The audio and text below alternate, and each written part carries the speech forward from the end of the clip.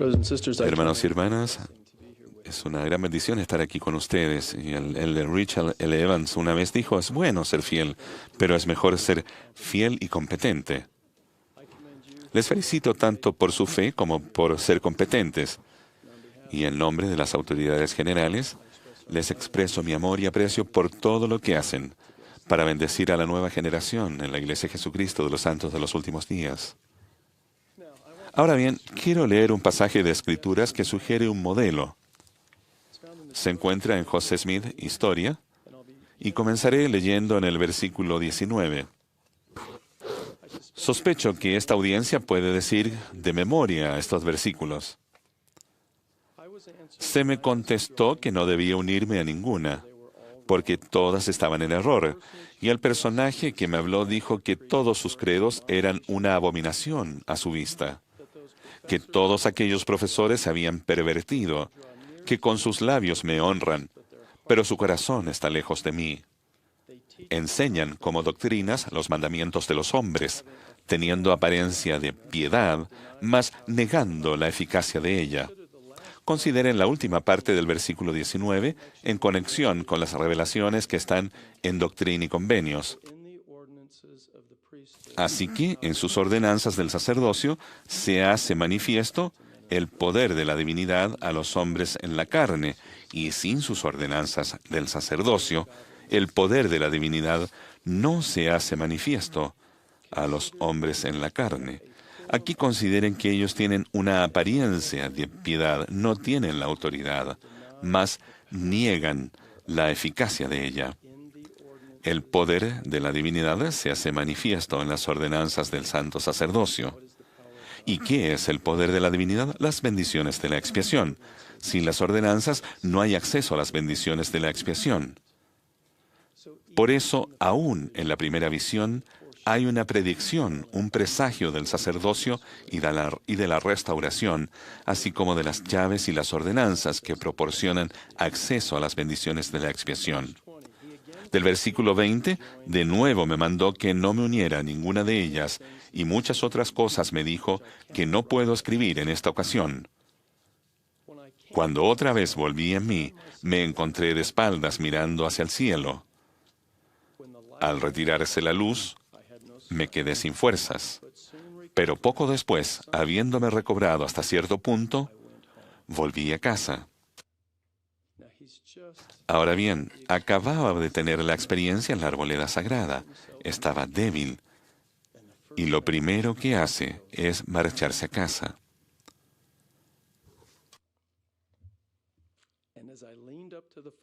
Al inclinarme sobre la chimenea, mi madre me preguntó, ¿su mamá estaba allí? ¿Se acuerdan de que David, en la época cuando los reyes salen a la batalla, se quedó en Jerusalén? No estaba donde se suponía que tenía que estar. La madre de José estaba en el lugar correcto, en el momento preciso, cuando él regresaba de la arboleda sagrada, y ella le preguntó una pregunta sencilla, no dice cuál fue, pero le preguntó qué había ocurrido. Le contesté, pierda cuidado, todo está bien, me siento bastante bien. Entonces le dije, he sabido a satisfacción mía que lo que sigue después es importante, pero en eso no quisiera hacer hincapié, sino en la declaración, he sabido a satisfacción mía. Por mí mismo, podría simplemente sugerir que esa frase simple de las Escrituras debería grabarse en cada una de nuestras mentes y corazones. Enseñar no es hablar ni decir. Enseñar es observar y escuchar para discernir y luego saber qué decir. Felicito la valentía del hermano Webb cuando nos dijo que, al estar enseñando en una clase de instituto y un estudiante le hizo una pregunta o comentario, él siguió preocupado con el plan de la lección. La idea no es fijarnos en el hermano Webb, aunque él presentó ese ejemplo, pero él estaba más preocupado en hablar y decir que en observar y escuchar para poder discernir y saber qué decir. Permítame sugerir que si entramos en un salón de clases confiados en que sabemos lo que vamos a decir, entonces no estamos preparados en absoluto. No quiere decir que vamos a entrar sin tener ninguna idea, sino que tenemos que tirarnos de la barca. ¿A qué me refiero con tirarnos de la barca? En lo personal, no creo que Pedro haya sabido que podía caminar en el agua estando en la barca. No fue sino hasta que el Salvador se lo dijo. Pedro tenía la mirada fija en el Salvador y entonces caminó hacia él. Me imagino que se sorprendió un poco al verse caminando en el agua. No lo sabía mientras estaba en la barca. Así es que en nuestro caso, en calidad de maestros de religión, ustedes y yo tenemos que saltar de la barca. Tenemos que fijar la mirada en el Salvador. A medida que avancemos con todo y que nos hayamos preparado y que hayamos atesorado, en el momento preciso se nos dará esa parte necesaria. Puede que nos dé un poco de miedo. Si no estamos dispuestos a saltar de la barca, entonces el Espíritu Santo no vendrá con más fuerza, no para ayudarnos, sino para bendecir a los alumnos a fin de que aprendan por ellos mismos. No creo que la madre de José haya pensado que tenía la función de maestra. Cuando ella planteó la pregunta y José dijo, todo está bien, me siento bastante bien, he sabido a satisfacción mía. Ella proporcionó el medio de aprendizaje a José, el cual nunca se habría logrado con solo sentarse y sermonearlo, ni mediante una conversación prolongada. Ella invitó a José a que actuara. Él lo hizo y respondió. Luego, por el poder del Espíritu Santo, él aprendió cosas por su cuenta. Ese es un poderoso modelo. Ahora, tal vez piensen que lo que vamos a hacer hoy es algo bastante raro. Ya he sido parte del quórum de los 12 por casi 7 años, así que ya saben qué esperar de mí. No quisiera dar un mensaje tradicional, por mucho valor que pueda tener. En realidad, preferiría seguir ese modelo. No se trata de participar, sino de invitar de forma colectiva el poder del Espíritu Santo para que cada uno de nosotros aprenda por sí mismo. Si seguimos ese modelo, ¿están dispuestos a ayudarme, no solo aquí, sino en todos los lugares en los que se encuentran reunidos? ¿Podrían hacerme el favor de levantar la mano si están dispuestos a ayudarme? Me gustaría que se tomara nota para que conste, no todos levantaron la mano. Está bien, no están obligados a hacerlo.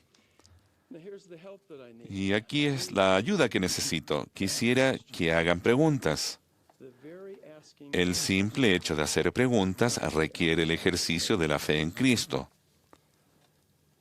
José definió la fe como el principio de acción y de poder en todos los seres inteligentes. Nuevamente, observen la secuencia del modelo. Actuamos y el poder viene. ¿Qué pedimos con más frecuencia al orar? El poder para actuar. Pues, ¿saben qué? Esas oraciones no son contestadas muy a menudo. Muy a menudo tenemos que actuar de conformidad con lo que sabemos que es verdadero, y es entonces que el poder se pone de manifiesto. Es por eso que Nefi dijo, e íbamos sin saber de antemano lo que teníamos que hacer. Él fue y entonces vino la inspiración. No recibió la inspiración en una tienda en el desierto. Se lo reveló cada jota y cada tilde a fin de que supiese dónde ir y qué hacer. Así que, hermanos y hermanas, me encuentro aquí de pie en la barca a punto de saltar. Y la razón por la que necesito de su ayuda es para que al caer al agua pueda caminar si cuento con su ayuda. Ahora, las preguntas que les invito a hacer son preguntas inspiradas. Una pregunta inspirada es aquella que susurra el Espíritu Santo y es específica para la persona a quien se le plantea o para el tema el cual se aborda. Y al viajar por el mundo, invito a las personas a plantear preguntas. Y lo único que les digo es, todas las preguntas son buenas. Es probable que se muestren reacios a alzar la mano en una transmisión mundial y a plantear una pregunta a un miembro del quórum de los 12. Mi recomendación es, no teman. de manera colectiva, invitamos al Espíritu Santo a ser el maestro. Yo no soy el maestro, el Espíritu Santo es el maestro. Yo nunca podría enseñarles nada, pero el Espíritu Santo sí. El simple hecho de que estén dispuestos a ayudar marca el comienzo del ejercicio de la fe. En el tiempo que tenemos, solo responderemos unas cuantas preguntas. Y tal vez se pregunten, ¿para qué gastar tiempo si solamente puedo responder 4 o 5 preguntas? Mis respuestas no importan. Si actuamos mental y espiritualmente, si pensamos, oramos y meditamos, procurando determinar una pregunta, no es necesario que me dirija a ustedes. El Espíritu Santo comenzará a ayudarles a recibir por su cuenta la respuesta a la pregunta que ustedes planteen. Así es que lo más importante es actuar y comenzar a indagar.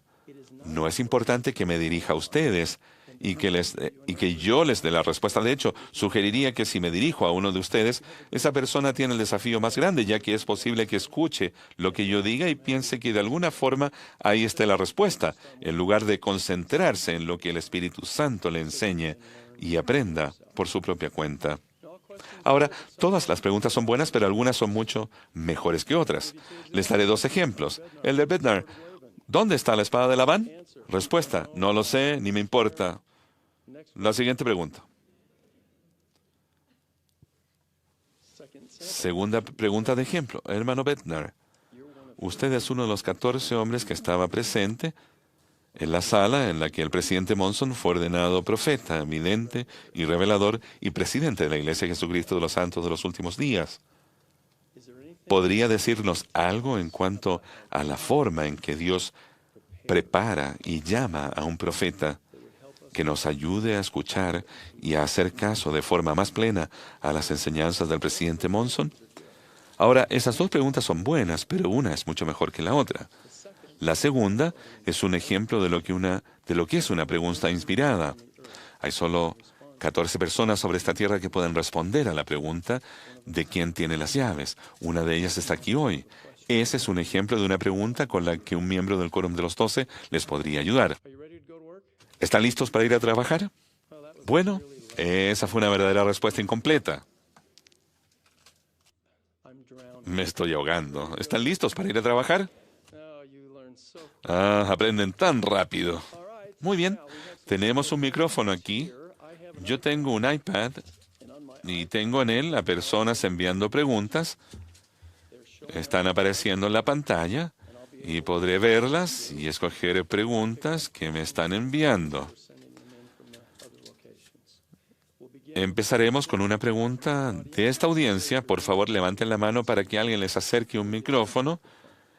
Y si se pueden poner de pie, cuánto mejor. Mi pregunta es esta. Como uno de los 14 que lo saben del Quórum de los 12, ¿qué tan importantes son para ustedes las expectativas personales que el profeta pone? ¿Qué tan importantes son para su crecimiento espiritual y para la unidad de los 12 en hacer avanzar el Evangelio en el mundo y proclamar el Evangelio? Bien, permítame responder a la segunda parte de su pregunta. Lea conmigo primer Nefi. Al final del capítulo 7,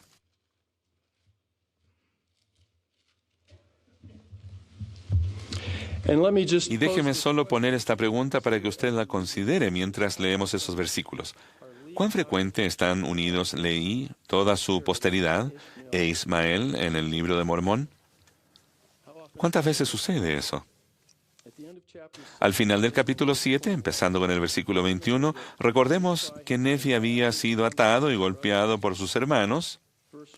Versículo 20, y sucedió que se sintieron apesadumbrados por su maldad, al grado de que se humillaron delante de mí, suplicándome que les perdonara aquello que habían hecho conmigo.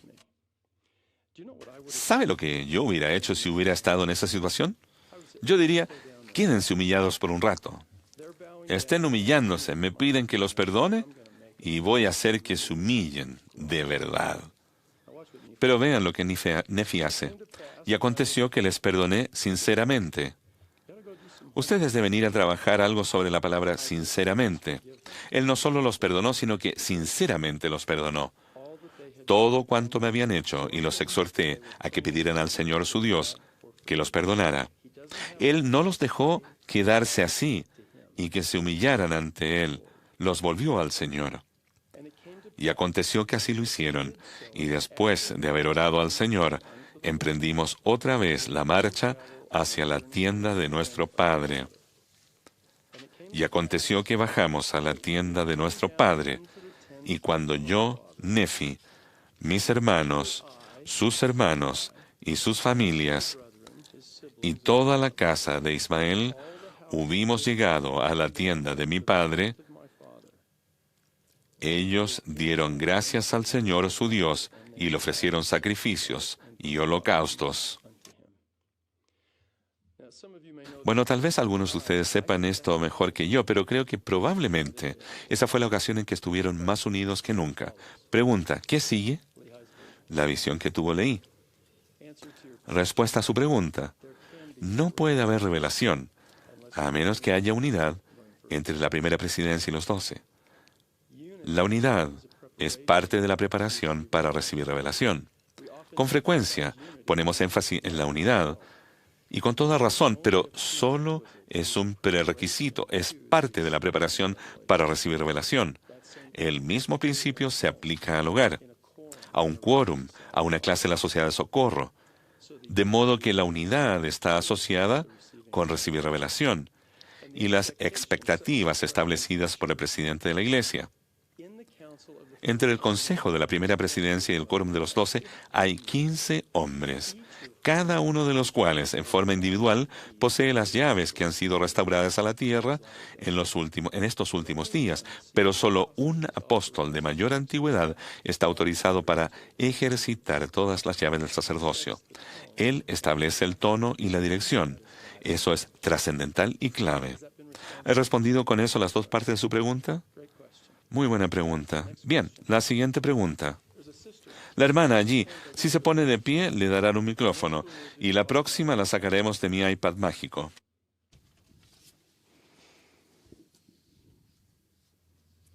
Elder Bernard, ya que usted es uno de los 14 llamados, ¿cómo se llama a un apóstol?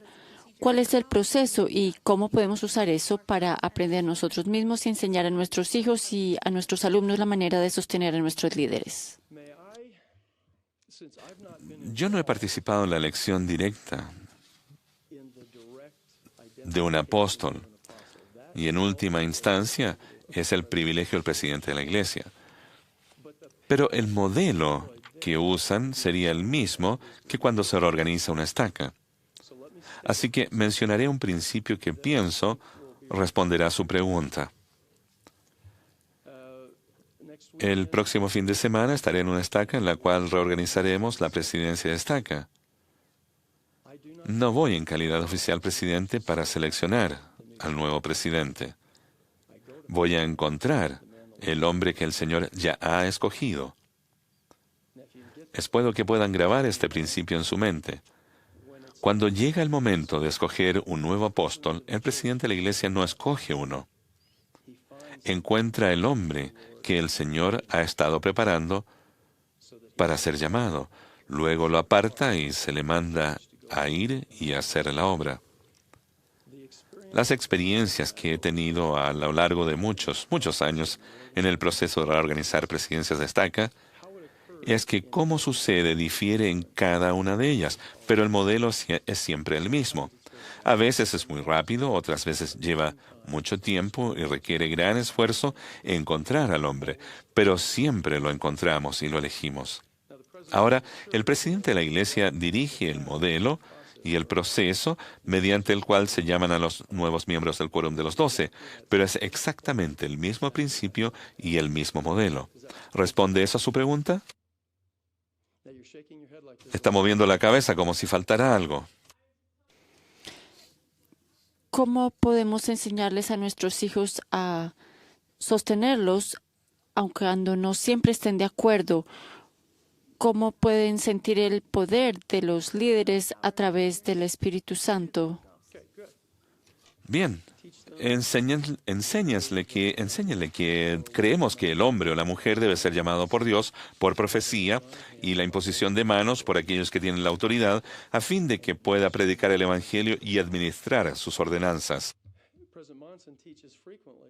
El presidente Monson con frecuencia enseña: a quien el Señor llama, Él califica. Y para mí, una de las cosas que más fortalece mi testimonio es observar a las personas muy comunes ser llamadas a puestos extraordinarios y llegar a ponerse a la altura del nivel y la majestuosidad de su llamamiento.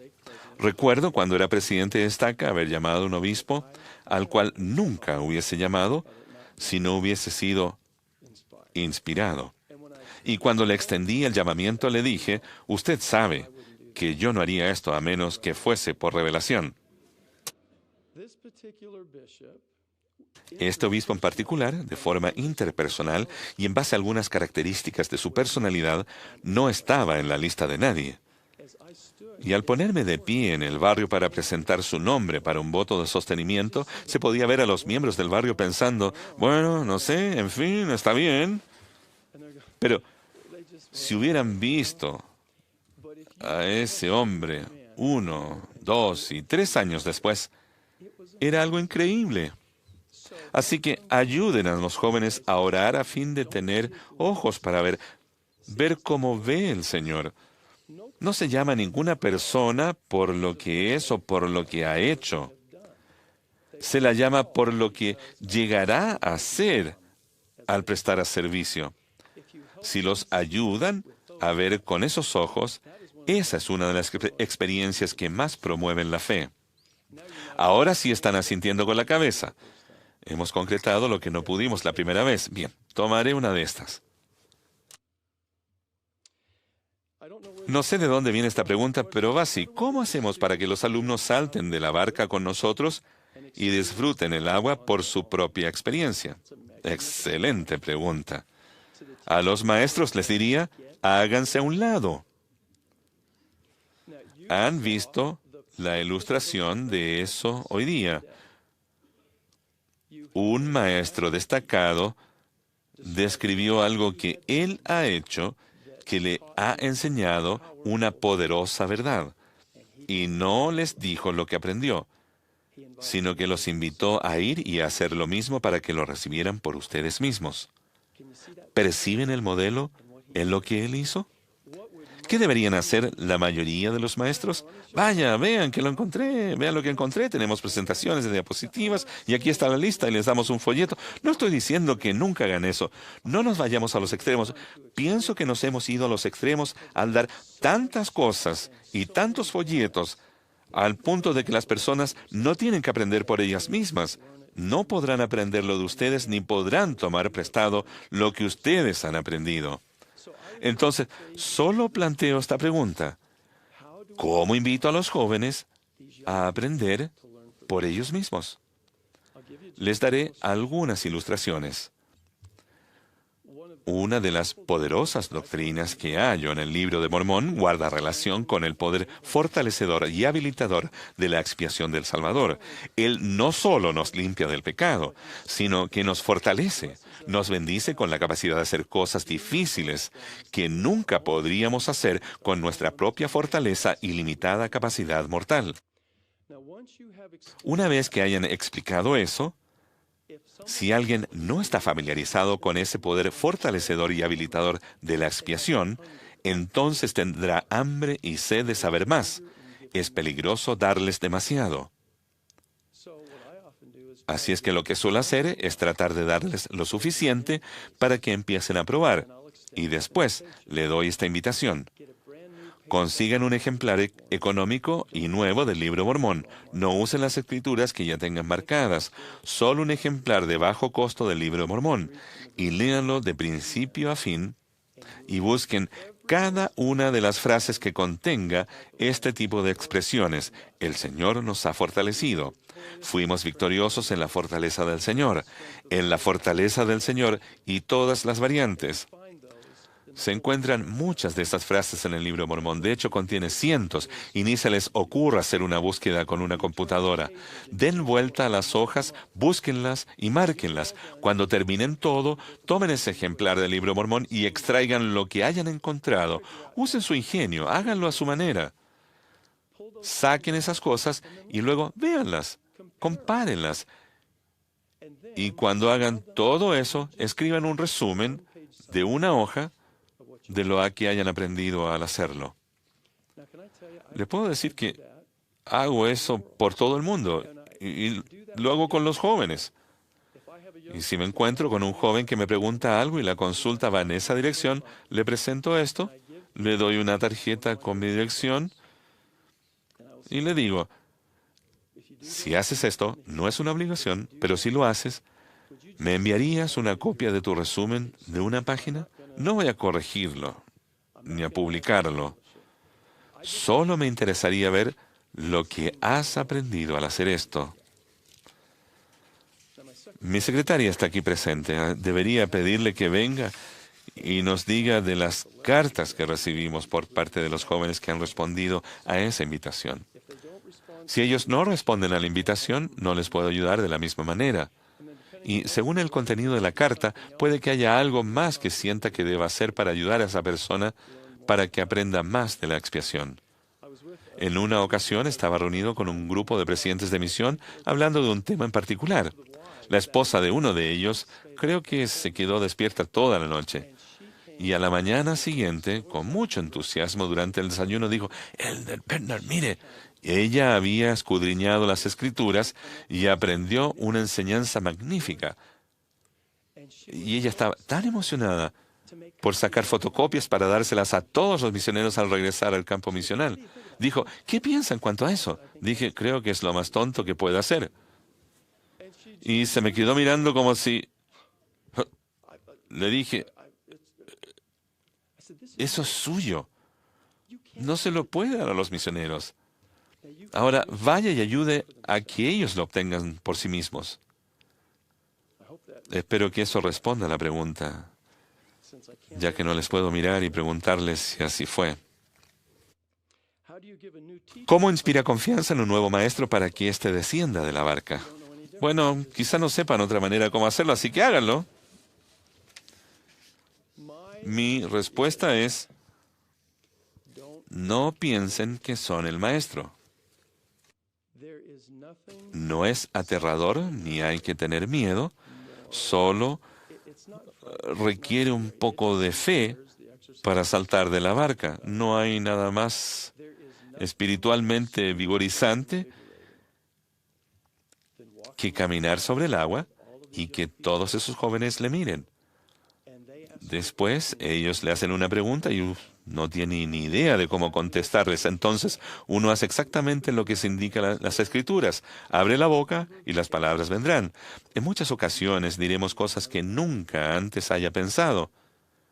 Esa es una experiencia singular.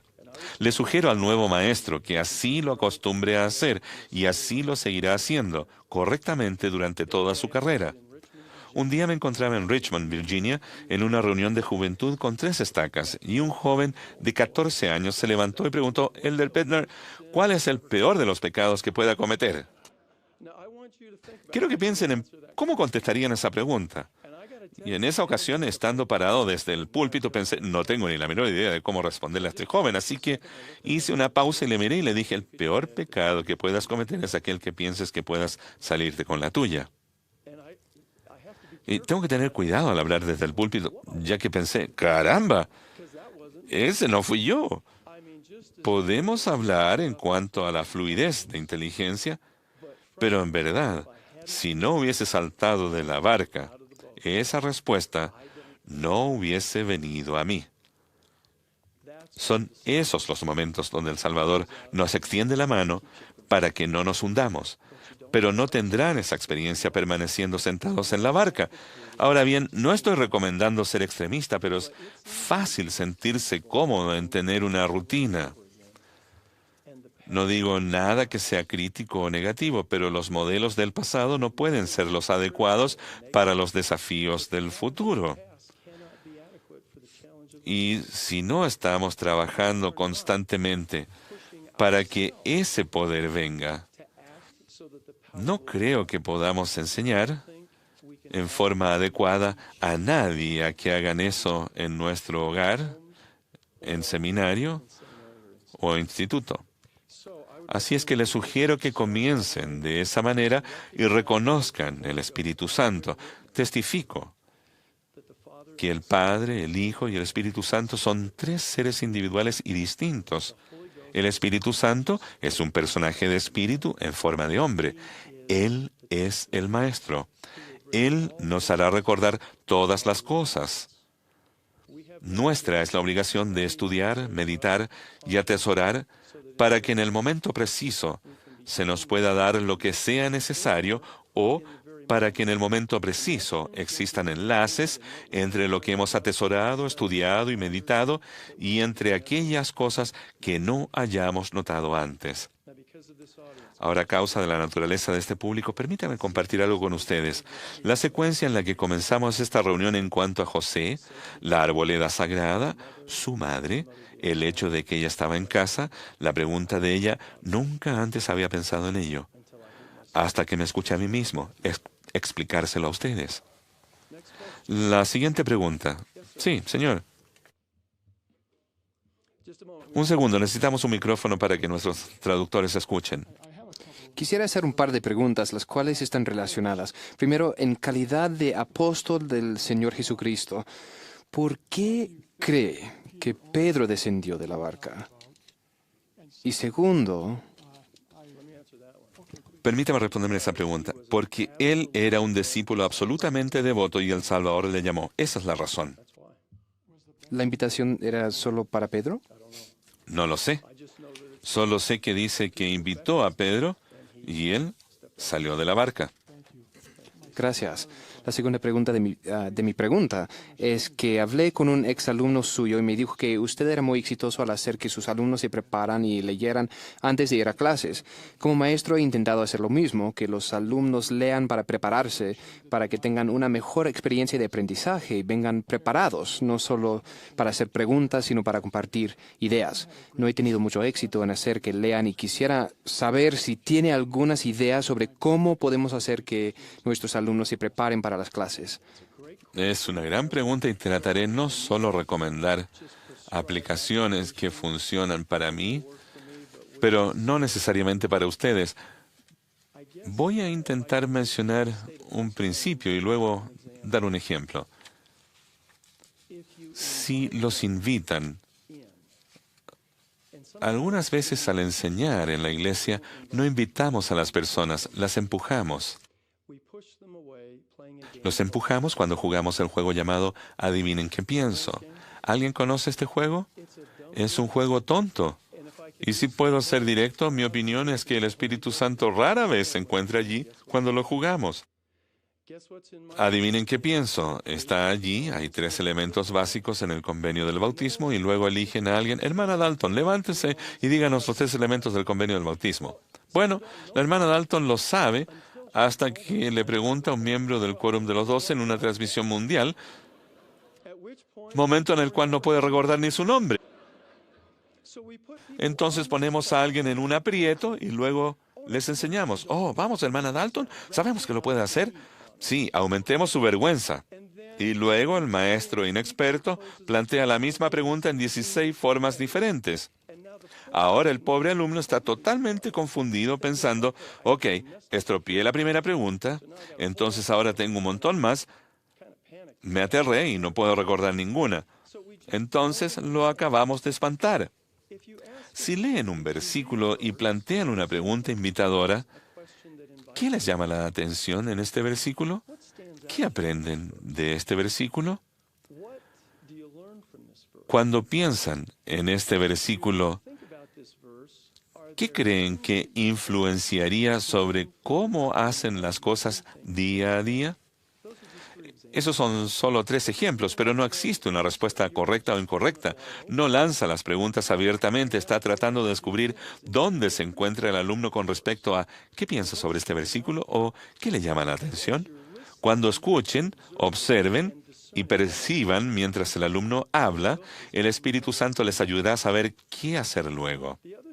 Lo otro que a veces pienso, sin ser dogmático o inflexible, es que no esperamos mucho de estos jóvenes. Y yo creo que es realista e irrazonable decir, ustedes tienen tanta responsabilidad por el éxito de todo nuestro aprendizaje en la clase como yo. De hecho, ustedes tienen más responsabilidad. Voy a venir cada día preparado para ayudar a hacer de esto una gran experiencia de aprendizaje para que puedan aprender por ustedes mismos. Pero ustedes deben hacer lo mismo. A su manera, los ayudan a entenderlo y a que se aferren a eso. No los golpea ni les da una paliza, sino simplemente les deja saber que esas son las expectativas. Y si vienen, cuando enseñaba una clase de religión, no daba sermones a mis alumnos. No llegaba a la clase y le decía, estas son las 3 cosas que deben saber sobre lo que enseñó el presidente Harold B. Lee en este mensaje. Ellos lo pueden deducir. Eso lo pueden deducir ellos mismos. Ellos son realmente los jóvenes que se reservaron para estos últimos días. Dejemos de decirles esto y comencemos a tratarlos como aquello y esperemos que lo hagan. Y si lo hacemos, no seguimos ayudándolos. Por eso dije que los maestros deben apartarse del camino. Será un poco raro, un poco doloroso, pero lo raro y el dolor les enseñan que ustedes no están bromeando con respecto a lo que ellos deben hacerlo. Con el tiempo creo que lo harán. Déjeme saber si eso respondió a su pregunta. Maravilloso, gracias. Gracias. Ok, otra pregunta. ¿Le puedo decir algo realmente ingenioso que hacemos cuando hago esto con los jóvenes de todo el mundo? Esto lo elaboró la gente del SEI. Tienen este programa que usamos para que los jóvenes de la audiencia que desean hacer preguntas, pero que no quieren que nadie se entere quién las hace, lo configuramos para que puedan enviar sus preguntas por medio de Twitter o mensaje de texto. Entonces, todas las preguntas aparecen en una pantalla en la parte de atrás. Deberían escuchar algunas de las preguntas cuando se las puede hacer de forma anónima. Son preguntas del alma. Y son sobre qué necesita hacer para arrepentirse y cómo soltarse de las cadenas que los atan. Es realmente extraordinario, pero siempre les digo que esta es la única vez que pueden usar mensajes de texto o usar Twitter en la iglesia. Si lo hacen otra vez, voy a ir, los voy a tomar y hacerles cosas malas.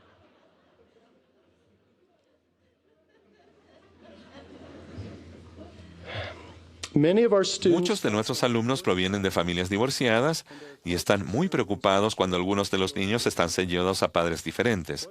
¿Qué principios explicaría para ayudar a estos chicos? Cuando la hermana Bednar y yo estuvimos en BYU, Idaho, cada lunes a la noche nos reuníamos con cerca de 200 a 250 alumnos. Los invitábamos a hacer preguntas y luego les dábamos helado. Venían solamente por el helado, pero toleraban la sesión de preguntas y respuestas.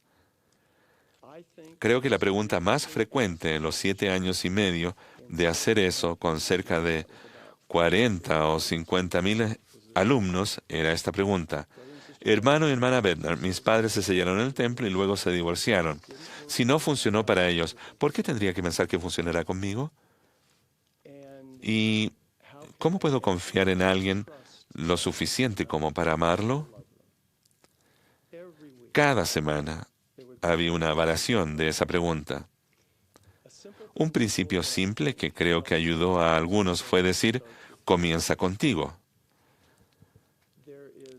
Hay daño, angustia y dolor emocional y espiritual que surge del divorcio de tus padres.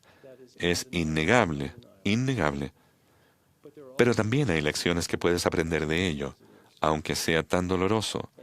Además, el presidente Hinckley habló sobre no ser un eslabón débil en la cadena de sus generaciones. Bien, si se rompiera la cadena, entonces una nueva cadena comienza contigo. Y el forjar tu eslabón en esa cadena no solo te bendecirá a ti, sino que se extenderá en ambas direcciones para fortalecer otros eslabones. Así que eso comienza contigo. Leemos la declaración del profeta José y de Orson F. Whitney y el desarrollo del presidente Packer sobre los tentáculos que se extenderán hacia nuestros hijos descarriados. Algunos padres, creo yo, pueden malinterpretar que esto signifique que si yo soy fiel a mis convenios que hice en el templo, entonces mis hijos van a estar bien. Eso no puede ser correcto. Creemos que los hombres serán castigados por sus propios pecados, no por la transgresión de Adán, y por lo tanto tú no puedes ser salvo por medio de la fidelidad de tus padres.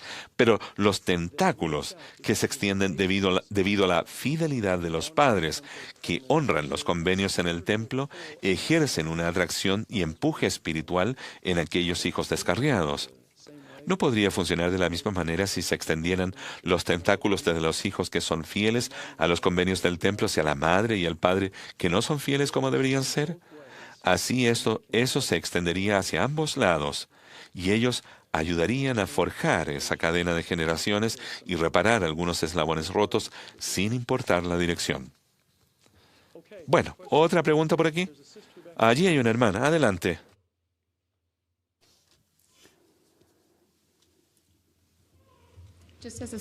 Como testigo especial de Jesucristo, ¿podría compartir su testimonio de él y contarnos cómo lo obtuvo? Lo haré.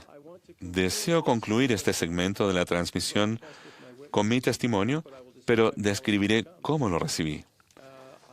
Estaba caminando por un terreno un día de neblina, y ustedes dirán, ¿y eso qué significa? Acerca de eso hablé en la última conferencia general, cuando relaté las 3 experiencias con las luces y lo que aprendemos acerca de la revelación. Algunas personas obtienen un testimonio cuando se enciende la luz en un cuarto y lo que estaba totalmente oscuro se ilumina inmediatamente. Bueno, todos hemos tenido alguna de esas experiencias, pero esa no es a la que le atribuyo mi testimonio. La otra es en un amanecer. Al percibir gradualmente que hay una luz en el horizonte, aunque no hayan visto el sol todavía, y que esto siga creciendo en intensidad, y que luego, en algún momento, el sol aparezca sobre el horizonte. El sol está arriba. Eso es algo parecido a como yo obtuve mi testimonio. El aumento gradual de la luz, y luego una variedad de experiencias, el sol se elevó sobre el horizonte. Pero lo que encontré que más me convenció es el hecho de que el sol se puede levantar en una mañana de neblina y uno nunca lo verá levantarse en el horizonte, pero ahí está, con toda su luz.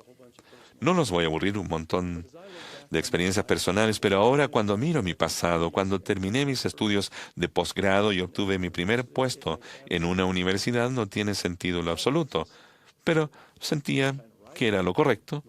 Moroni no apareció, no recibí un mensaje de texto del cielo, solo sentí las cosas que debía hacer, y lo hice, pero no tenía sentido, y así a través de nuestra carrera.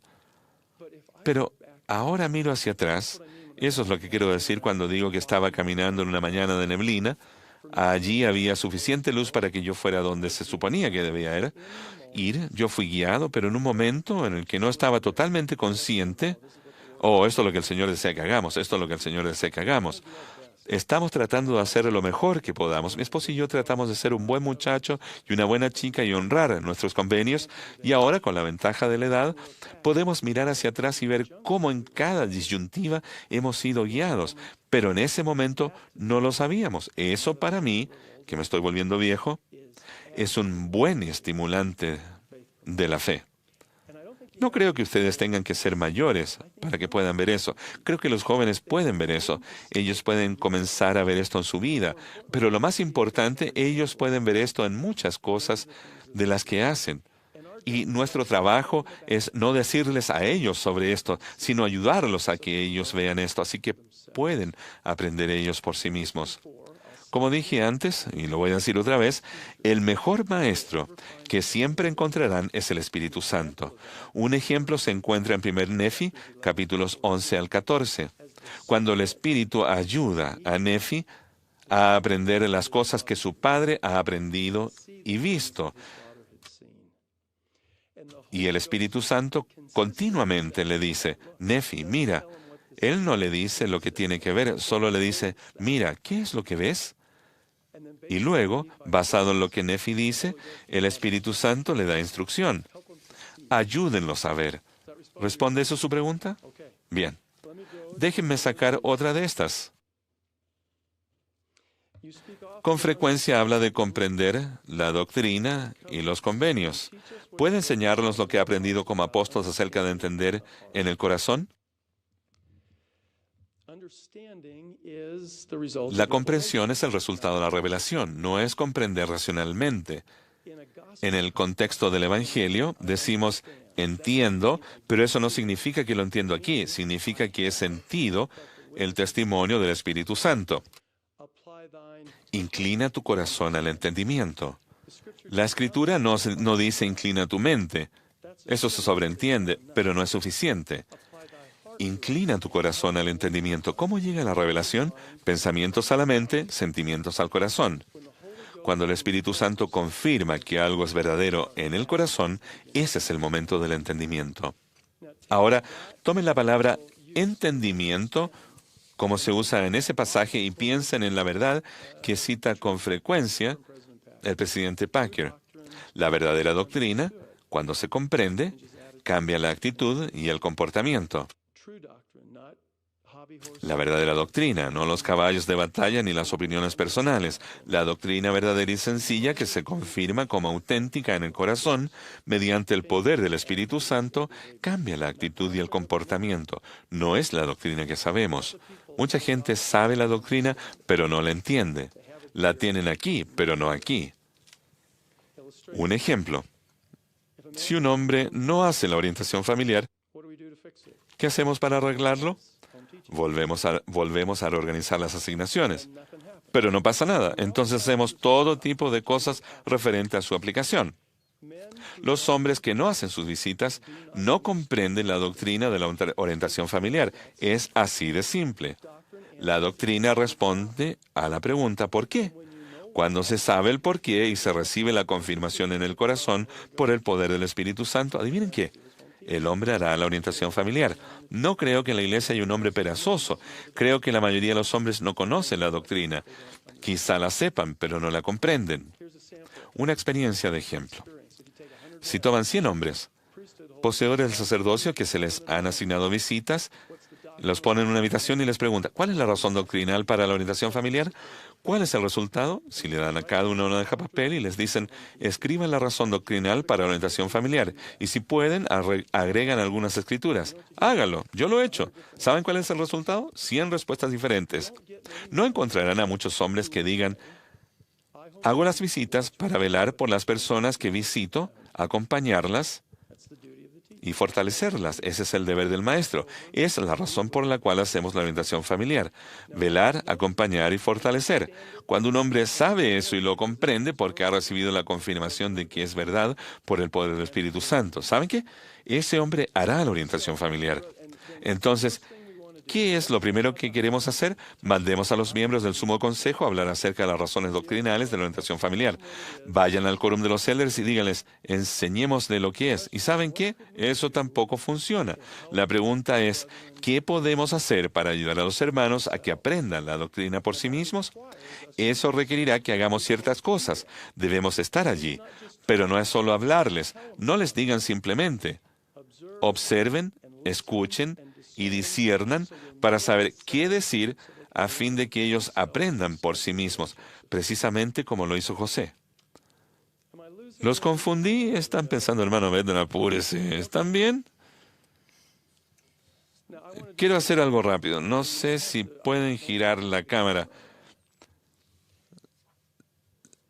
Sean completamente sinceros. ¿Está bien? ¿Cuántos de ustedes querían hacer una pregunta, pero no se les pidió que la dijeran? Tenían una pregunta en la mente o el corazón que no hicieron, que no era una de las que usé de mi Magic iPad ni de las que otros preguntaron, pero sin embargo se respondió. ¿Podrían levantar la mano si les pasó eso? Ahora, manténgalas en alto por un momento. Miren a su alrededor todas las manos. Ahora, analicémoslo. Hemos hablado por unos 50 minutos.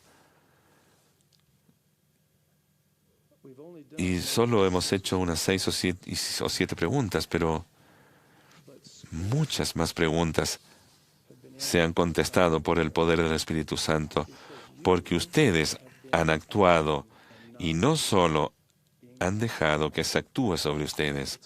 Comienza con, yo ayudaré aquí. Y a medida que ustedes mental y espiritualmente, y no es sobre participación, por favor, no usen ese lenguaje del mundo. Es sobre ser agentes que ejercitan el albedrío moral para actuar de acuerdo con las enseñanzas de Cristo, a fin de que el poder del Espíritu Santo venga y enseñe, lo cual nos faculta para aprender por nosotros mismos las cosas que nadie podría decirnos, ni de las cuales convencernos. Otra pregunta. Sí, usted.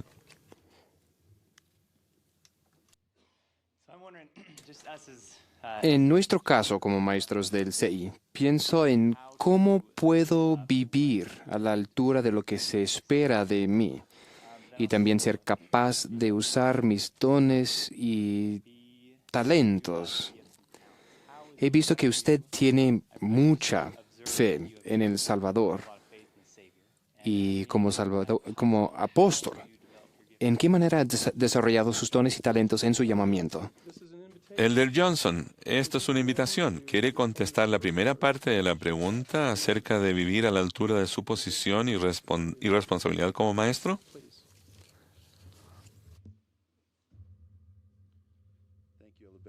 Gracias, Elder Bednar. Creo que es bastante sencillo. Tienen instrucciones y pautas muy claras que provienen de la mesa directiva de la educación por medio del administrador y en general. Saben cuál es la comisión, conocen el objetivo y están familiarizados con el énfasis en la enseñanza y el aprendizaje. Esos son aspectos que podemos seguir claramente y cumplir con lo que se nos ha pedido. Saben cuáles son las expectativas en cuanto a vivir el Evangelio. Son muy claras. Tienen que ver con nuestra vida personal y tenemos el Espíritu en nuestra vida, lo suficiente para saber dónde debemos mejorar. Si escuchamos y no dejamos a un lado las instrucciones que vienen de la mesa directiva de los profetas, videntes y reveladores a través de sus administradores y las seguimos, cumpliremos con lo que se nos ha pedido. También lo que se expresó hoy acerca de vivir a la altura de lo que podemos hacer en nuestra asignación, particularmente en ese momento. Una de las cosas que se interpone es cuando nos enfocamos en otras asignaciones, ya sea porque queremos estar en ellas o tratamos de explicar cómo las personas pueden arreglar sus asignaciones en lugar de fijarnos en nosotros mismos. En el libro de Éter hay un pasaje muy bueno acerca de que si nos allegamos al Señor, podemos aprender de nuestras debilidades y pueden llegar a ser nuestra fortaleza. ¿Te ayudó eso? ¿Es suficiente? Pregúntele a él. Pues digo que sí. Bien, eso es todo lo que necesita. La otra parte de la pregunta era sobre desarrollar facultades y talentos. Les sugiero este principio sobre los talentos.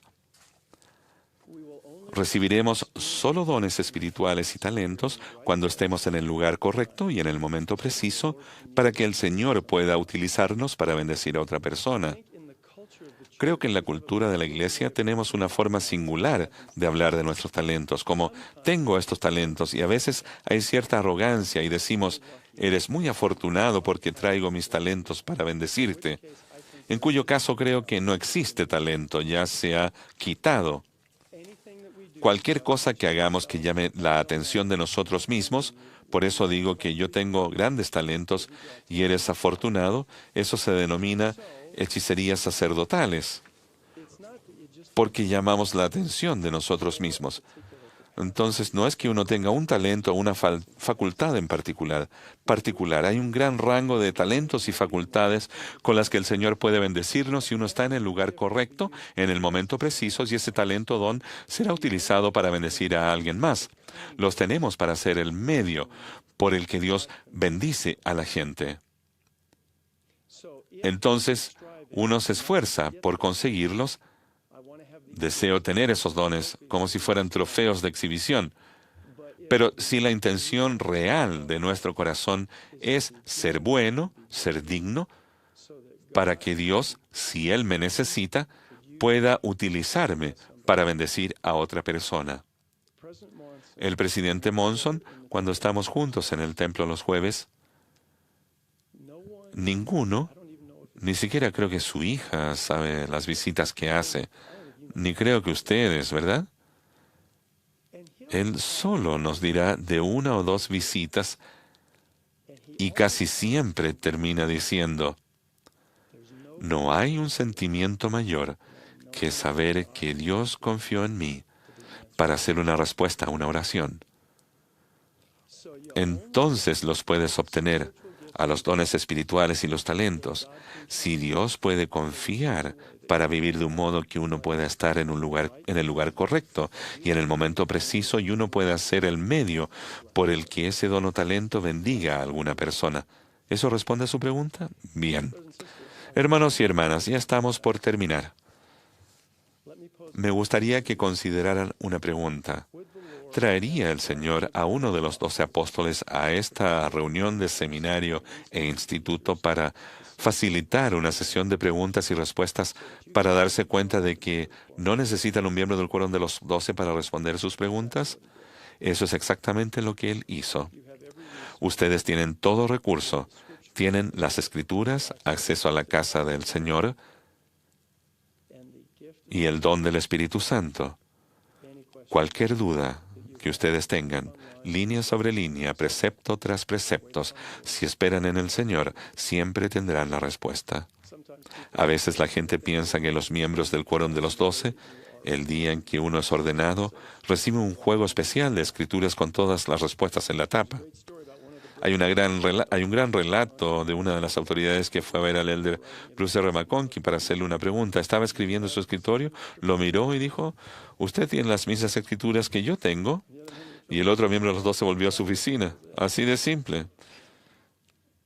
Es cómico, pero hay un gran principio. Tienen todo lo que necesitan. Ahora, expreso no solo mi gratitud, sino mi amor por ustedes.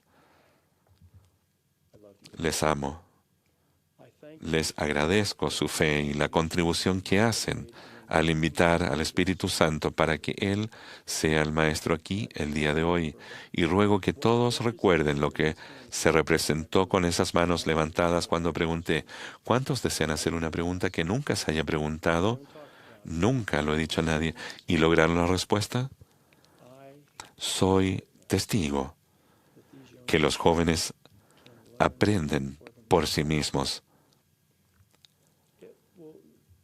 Se requerirá ajustes de nuestra parte para salirnos de su camino, pero no estoy sugiriendo que nos quitemos totalmente y retrocedamos. Si eso es lo que les he transmitido, he fallado. No se trata de ello, sino que los jóvenes fueron reservados para esta época y debemos tratarlos de ese modo. Porque donde mucho es dado, mucho se requiere.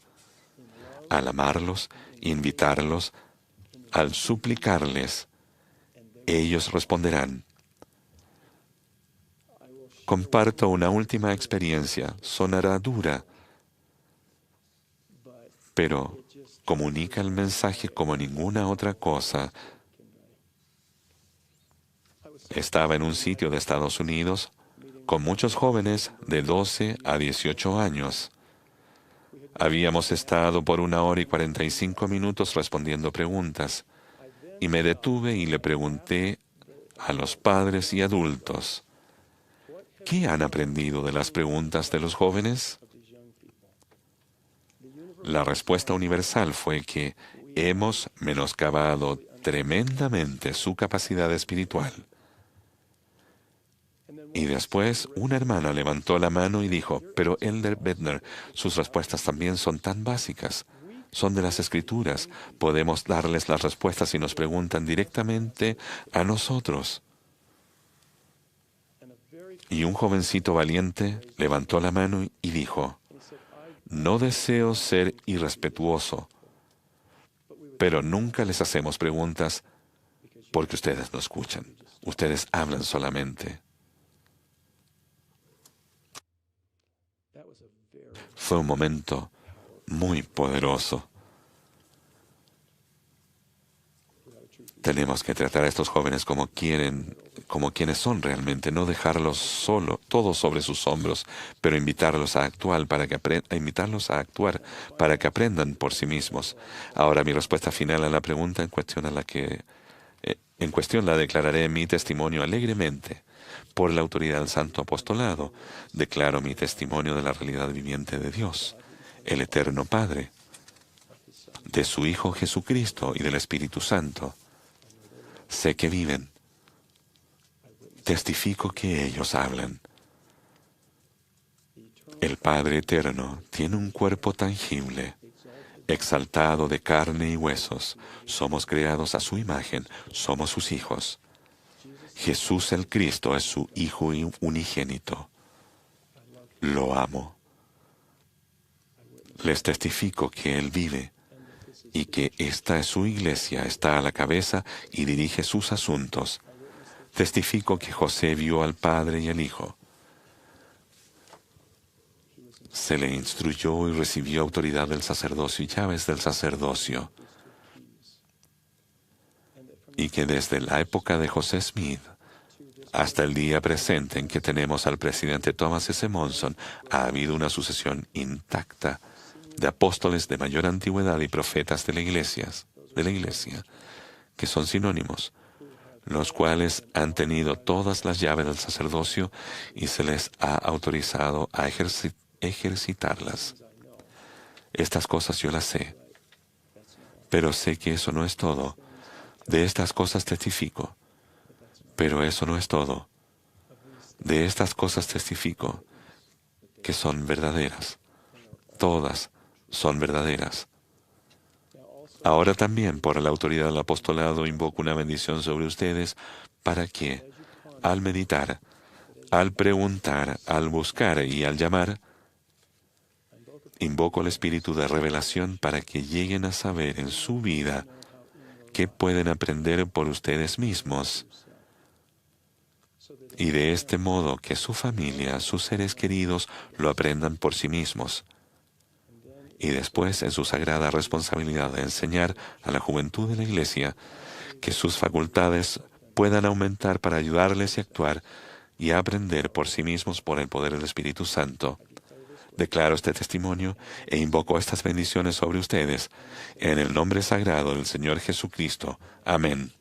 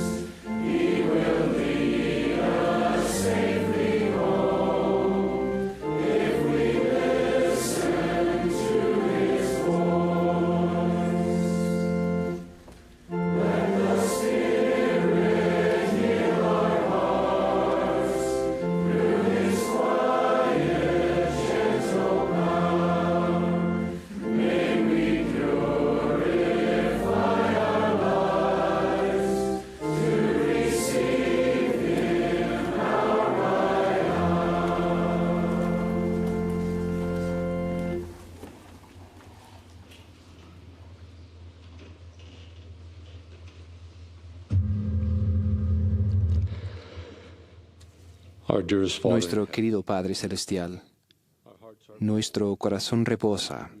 Nos sentimos humildes y agradecidos por la inmensa bendición que hemos tenido aquí hoy día de ser instruidos y edificados.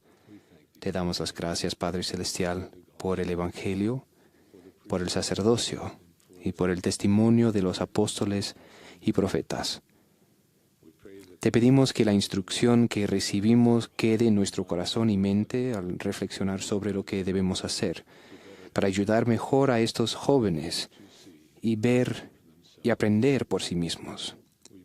Rogamos, Padre, que tus bendiciones estén con nosotros al partir, que lo hagamos con seguridad y disfrutemos de tu espíritu selecto y tus bendiciones al embarcarnos en un nuevo año de enseñanza. Te demostremos ser los mejores alumnos y actuemos de acuerdo con lo que hemos aprendido. Lo pedimos humildemente en el nombre de Jesucristo. Amén.